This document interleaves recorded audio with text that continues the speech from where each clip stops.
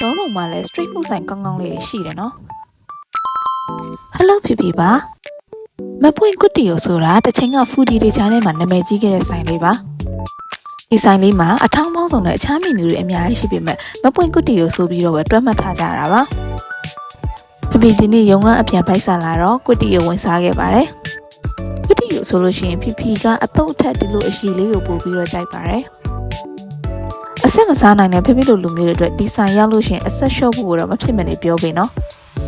ချင်းငန်းဆက်အရသာထိထိမိမိလေးဆိုတော့အဆက်ကြိုက်တဲ့လူတွေအတွက်ဆိုရင်တော့မပွင့်ကွတ်တီယိုတော်တော်လေးသဘောကျကြမှာပါအရှင်နှုံးကတော့ကွတ်တီယိုတပွဲမှာဝတ်မို့လုံးနှလုံးရဲ့အသားရဲ့ဝက်အသေးတွေရဲ့ထည့်ပေးပါတယ်အခုနောက်ပိုင်းကုန်စည်နှုန်းတွေတက်လာတော့ပိုရှင်းနဲ့နေသွားပါတယ်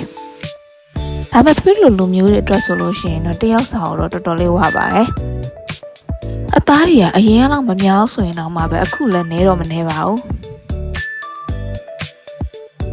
ဖေဖေကတော့ဘက်ကလည်းစားနေရတော့ကွတ်တီယိုကလည်းဟိုရက်တွေကစားကျင်စိဖြစ်နေရတယ်တော်တော်လေးကိုစားကောင်းကောင်းနဲ့စားခဲ့ပါတယ်အရင်ကတည်းကလည်းဖေဖေဒီဆိုင်လေးမှာမကြစားဖြစ်ပါတယ်ကွတ်တီယိုမကြိုက်တတ်တဲ့လူတွေတက်လည်းဒီဆိုင်မှာတခြားထောင်းပေါင်းစုံလေးလည်းရတယ်နော်ချက်တော့ထောင်းအမိုထောင်းပင်လယ်စာအစုံထောင်းတင်မိုဒီတောင်းနဲ့တခြားအထောင်းပေါင်းစုံနဲ့ဒီဆိုင်မှာမှာလို့ရတယ်နော်ဒီဆိုင်လေးကတော့ဒေါပုံမြို့နယ်ဝါဆိုရက်ကွက်ပြတ်သက်ကျောင်းနားလေးမှာရှိပါတယ်